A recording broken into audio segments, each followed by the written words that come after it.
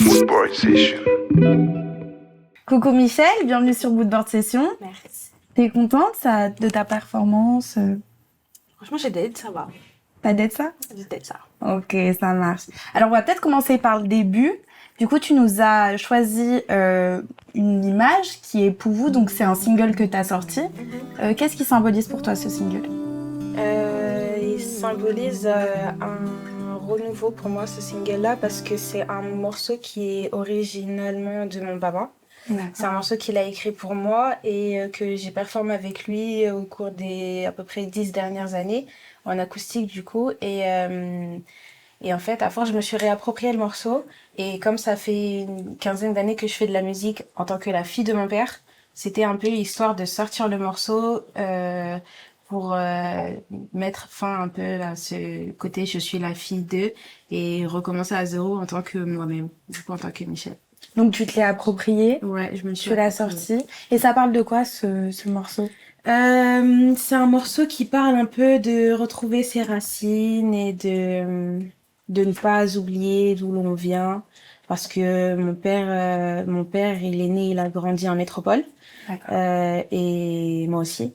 Donc du coup, c'est aussi un peu retrouver nos racines par rapport à nos origines, donc la Guadeloupe pour lui. Et savoir que du coup, la maison se trouve où elle se trouve. Ça peut être avec la famille en Guadeloupe, en métropole, mais la maison se trouve dans le cœur. Dans le cœur et dans nos proches, du coup. C'est ça. Ok. Et donc, un an plus tard, parce que ça, c'était en 2022, donc un an plus tard, tu sors ton EP. Oui. Qu'est-ce que tu peux nous en dire de cette EP qui est très R&B d'ailleurs? Ouais, très R&B. Cette EP, c'était un peu... Après pour vous, j'ai bossé pendant une demi-année avec mon acolyte Ando. On a vu ça à la session. Ouais. Et en fait, on a passé 6 ou 8 mois à faire que des prods, des maquettes de l'été 2021 jusqu'à la sortie de l'EP. Et au bout d'un moment, on s'est dit, on a quand même quelques trucs qui sont bien, donc on va les rassembler. Et l'EP, je l'ai construit de manière un peu à pouvoir mettre en avant le genre de son que j'écoutais quand j'étais adolescente. Vraiment le genre de son que j'écoutais même quand j'étais plus jeune. Je me disais, c'est trop bien, quand je serai grande, je ferai la même chose et tout. Et j'avais juste envie de faire le même genre de son que j'écoutais et qui m'ambiançait en fait quand j'étais plus jeune, histoire de dire, je l'ai fait pour moi, genre pour moi plus jeune, pour satisfaire cette partie-là de moi. Et aussi en tant que carte de visite, ça a plutôt bien marché, je trouve, parce que maintenant les gens ils me catégorisent vraiment en mode R&B années 2000.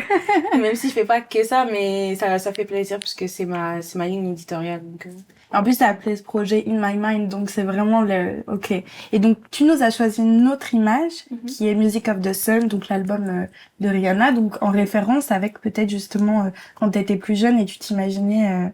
Ouais, Rihanna, Music of the Sun. Pourquoi Music of the Sun? Parce que je la suis depuis ses débuts. Et juste, elle m'a impacté dès ses premiers morceaux, Rihanna, par sa musicalité, par son sens de la mode, par sa personnalité. J'aime bien la personne qu'elle est, un peu, elle s'en fout, elle est juste elle-même. Et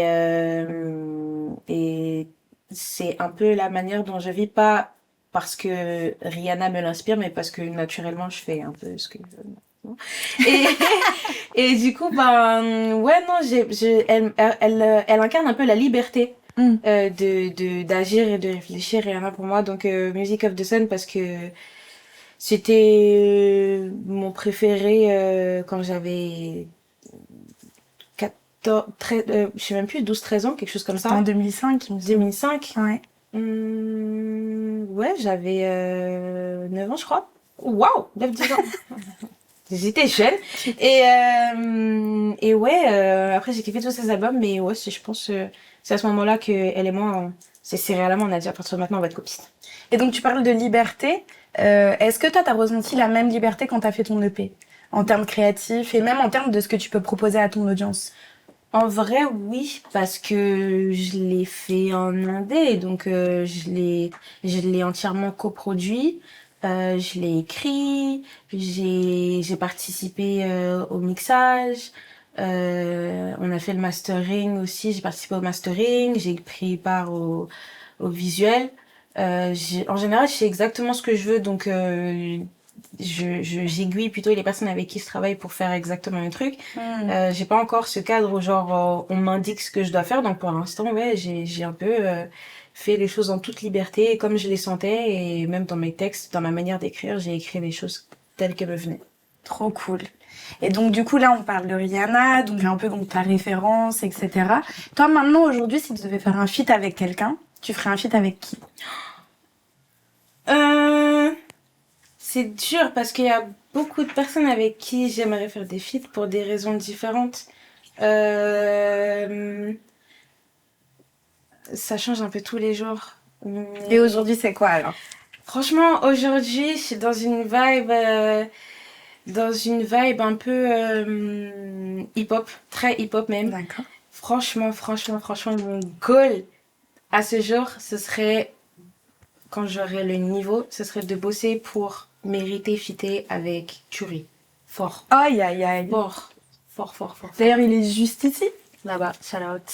Ouais, franchement, j'ai découvert Turi, quand il a sorti son EP. Je l'ai découvert un petit peu avant. J'ai pas écouté ses sons avant parce que je l'ai découvert un peu à la période où il a annoncé la sortie de Papillon Monarque. D'accord. J'ai rien écouté exprès parce que je voulais tout découvrir d'une traite. Et franchement, dès l'intro, des garçons tristes, Federico, j'étais bouche bée. J'ai dit, ah d'accord, c'est bon. Il m'a eu là, c'est l'histoire d'un garçon triste. Il m'a eu là.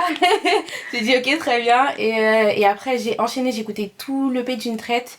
J'ai enchaîné avec Blue Gospel, j'ai regardé tous ses visuels, et en fait, Turi, je suis devenue fan instantanément parce que pour moi, il est carré sur les visuels, sur la DA, sur les textes, sur les flows, sur les prods, sur tout. Il coche toutes les cases.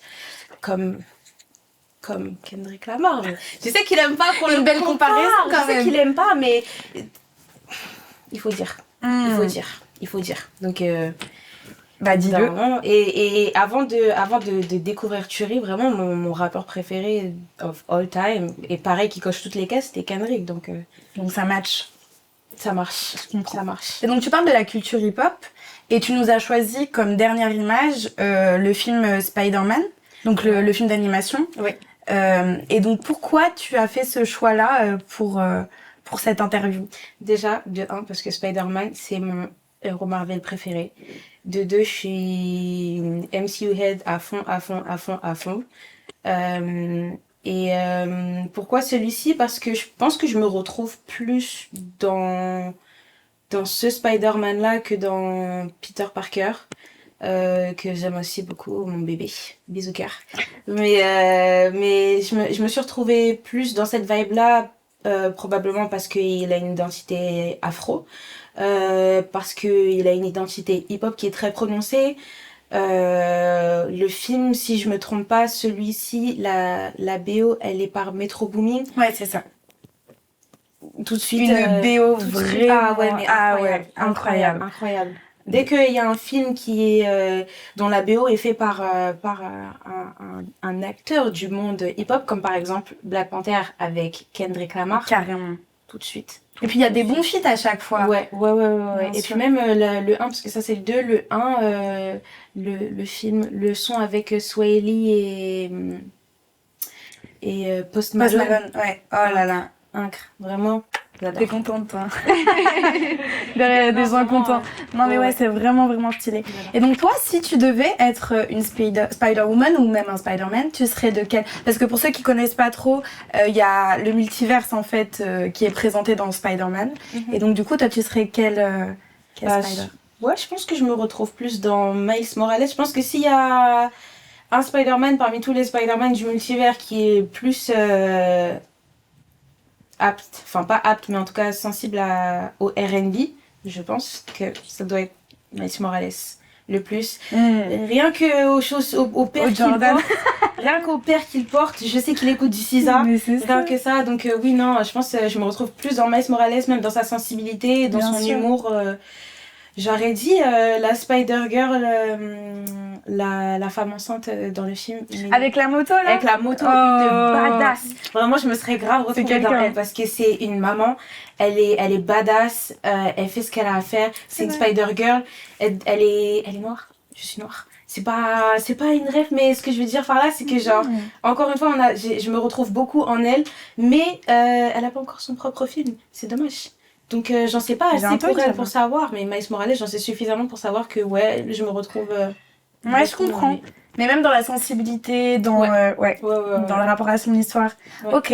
Et donc, merci d'avoir participé à Mood Board Session. Merci à toi. Qu'est-ce que t'as un petit instant promo, quelque chose, des concerts prévus? Alors des concerts prévus, j'en ai un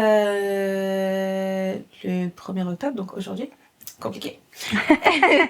Mais ça arrive un petit peu au compte-gouttes. Donc en général, quand j'ai des concerts, je fais de la promo. Donc restez connectés. Restez connectés. Et puis calculer la promo que je fais parce que j'en fais beaucoup. Mais ouais, non, ça vient au compte-gouttes. Donc en général, j'annonce petit à petit. Et puis pour la suite de la musique, on verra. Okay. Je serai derrière. Merci beaucoup en tout cas et à bientôt.